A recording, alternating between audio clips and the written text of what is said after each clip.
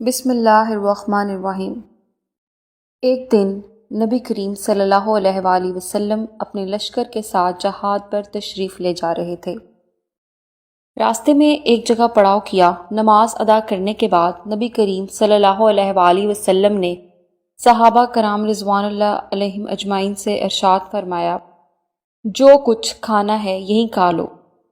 جب کھانا کھانے لگے تو صحابہ کرام نے عرض کیا، یا رسول اللہ، روٹی کے ساتھ کھانے کو کچھ بھی نہیں ہے۔ اسی وقت ایک شہد کی مکھی بھن بھناتی ہوئی آ گئی۔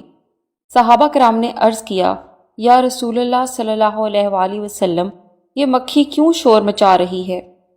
حضور صلی اللہ علیہ وآلہ وسلم نے فرمایا، یہ مکھی کہہ رہی ہے کہ ہم مکھیاں بے قرار ہیں کہ صحابہ کرام رضوان اللہ علیہم اجمعین کے پاس سالن نہیں ہے، حالانکہ یہاں غار میں ہم نے شہد کا چھتا لگایا ہوا ہے۔ وہ کون ہے جو شہد لے آئے، کیونکہ ہم خود آپ صلی اللہ علیہ وآلہ وسلم کی خدمت میں شہد پیش نہیں کر سکتی۔ آپ صلی اللہ علیہ وآلہ وسلم نے حکم دیا کہ اس مکھی کے پیچھے چلے جائیں اور شہد لے آئیں۔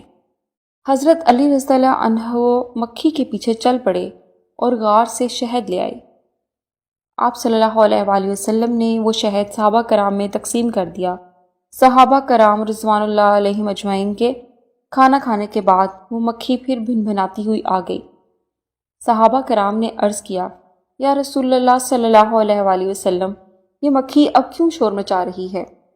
آپ صلی اللہ علیہ وآلہ وسلم نے فرمایا، میں نے اس مکھی سے ایک سوال پوچھا تھا، پھول تو کڑوے بھی ہوتے ہیں اور پھیکے بھی، اور کچھ بدمزہ بھی، تو یہ تیرے منہ میں جا کر نہایت شیریں اور صاف شہد کیسے بن جاتا ہے؟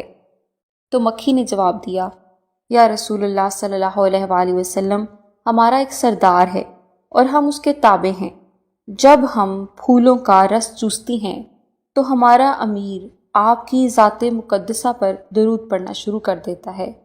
ہم بھی اس کے ساتھ مل کر درود شریف پڑھنا شروع کر دیتی ہیں تو وہ بد مزہ، پھیکے اور کڑوے پھلوں کا رس درود شریف کی برکت سے میٹھا ہو جاتا ہے، اور اسی درود پاک کی رحمت و برکت سے وہ شہد بن جاتا ہے اور اس میں ہر مرض کی شفا مل جاتی ہے۔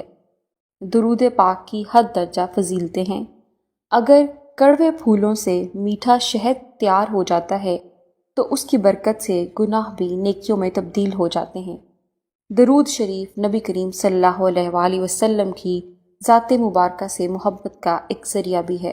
اللہ تعالیٰ ہمیں بھی حضور صلی اللہ علیہ وآلہ وسلم پر درود شریف پڑھنے اور نبی کریم صلی اللہ علیہ وآلہ وسلم کے بتائے ہوئے طریقوں کے مطابق زندگی بسر کرنے کی توفیق دے، آمین۔